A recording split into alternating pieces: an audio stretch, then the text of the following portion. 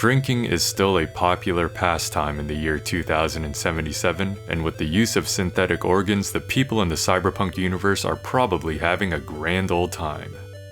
But despite the amount of drinks you are served, drinking actually isn't mandatory, as you can often pass or opt for a non-alcoholic beverage instead. That is until Johnny gets into your body and wrecks your shit. But anyways, some of the drinking moments actually feature a drink prompt separate from the dialogue. So the question is, when this drink prompt comes up, can you actually use it to finish a drink? Well, I did some testing, and here are the results. Alright, here's the Act 1 main job, the information. At the beginning, Evelyn will order V some Stephenson Tequila, apparently the only kind V will drink. V appears to down this in one go, so this one is ineligible for the experiment. Next up is the Heist.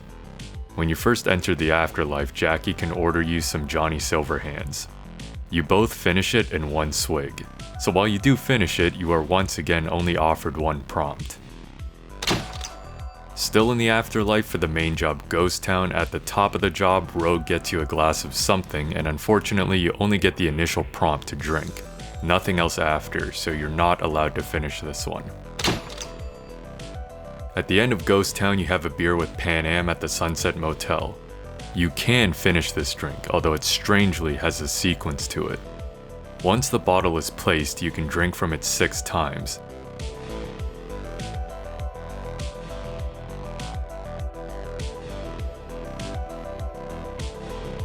Then you must say one of the lines of dialogue.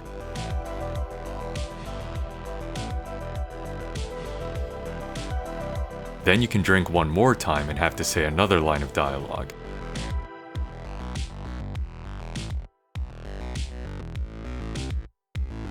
Same thing once again.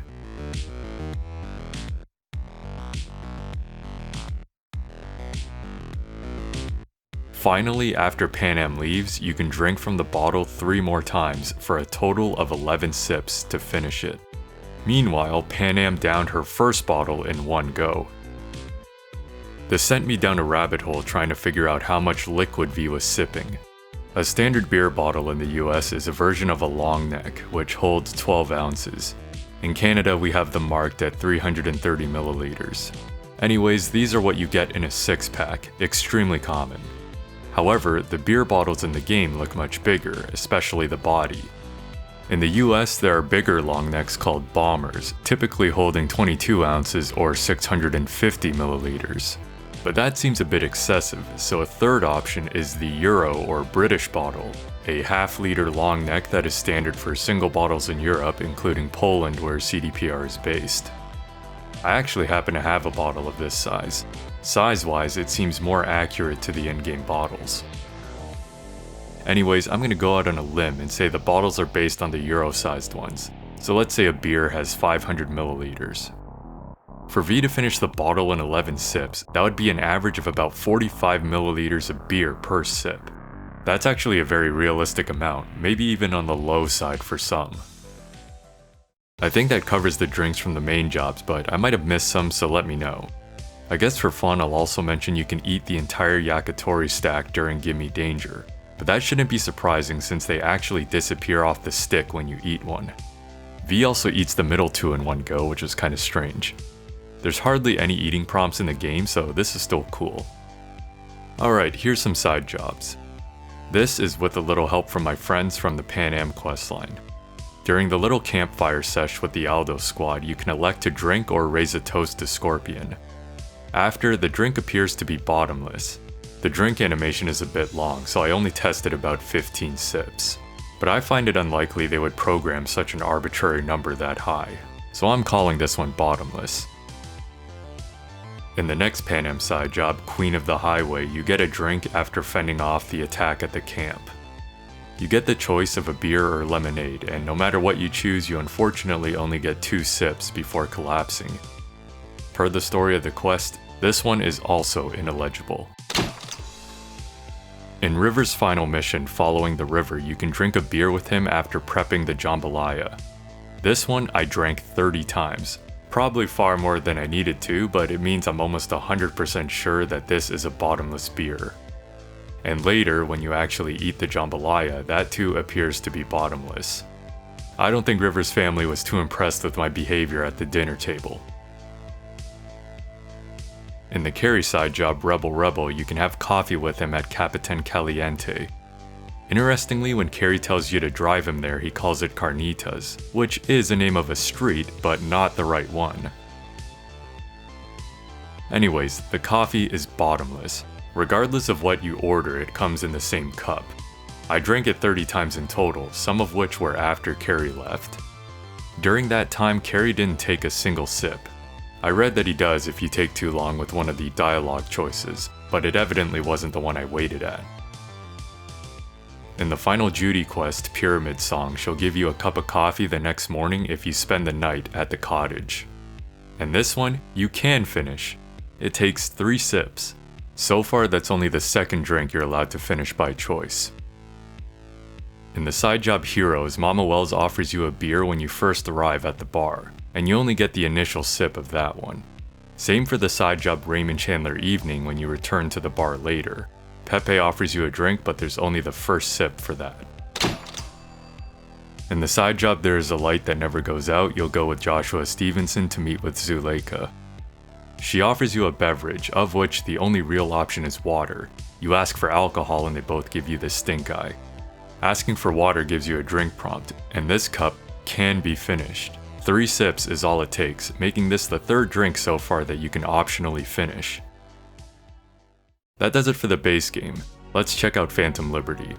As part of the marathon that is breaking into Dogtown, once V and Myers settle into the Crest Street hideout, she will put on her disguise and pull out a case of beer. You get 3 sips at this beer, after which the prompt won't come up again. 3 sips to finish the 500ml bottle would average about 167 milliliters of liquid per sip. I'd still be okay with calling this one finishable for a reason you'll see at the end of the video, but at minimum, you could give it an asterisk. The next drink comes during the Damned. When you first arrive at the bar, you can ask Alex for a beer, a soda, or a surprise cocktail. You get 1 optional prompt when she sets the drink down. Eventually, Alex will pull her pistol on you and Reed, and if you hit the reflex check, you'll sacrifice your drink to disarm her. If instead you use the token and save the drink, after Alex heads outside, you get 1 more sip that is attached to the dialogue choice. This one is interesting because with the surprise cocktail, which I think a lot of people choose, you don't appear to finish this one. However, if you order a beer or soda, after those 2 sips, the glass that they come in appears to be empty. It's also worth noting that they all come in different glasses. You cannot resume drinking the surprise cocktail when you re-enter the bar after the convo with Alex. But for the other 2, since the first sip is optional, should that count? I guess we'll give this one an asterisk too.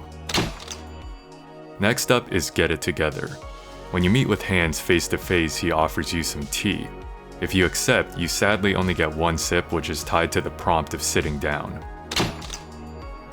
During You Know My Name at the Black Sapphire party, there are a lot of drinks available as it appears to be open bar. Unfortunately, every drink can be finished in 1 sip, so the optional part is whether or not you partake in them at all. With the champagne, sometimes the waitresses will reset, allowing you to drink again, but you cannot clear the tray and always appear to pull from the glass in the middle. During the roulette game, you can order drinks for you and the twins. The only time you get to drink from it is when it gets served, so I guess that one you're actually not allowed to finish. Again, there's a lot of drinks here, but being able to finish them with 1 prompt disqualifies them from the experiment.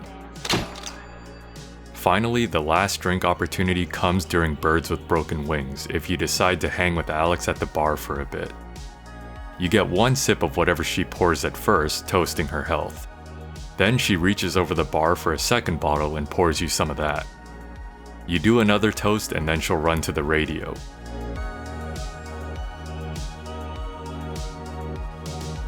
When she starts to dance, you can elect to just sit and drink instead.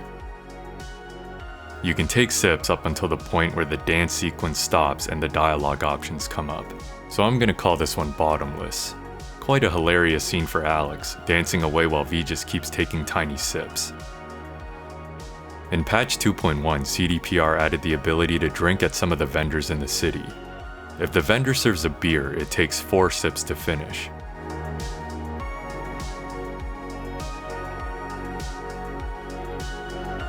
If they serve something in a rocks glass, it takes 3 sips to finish.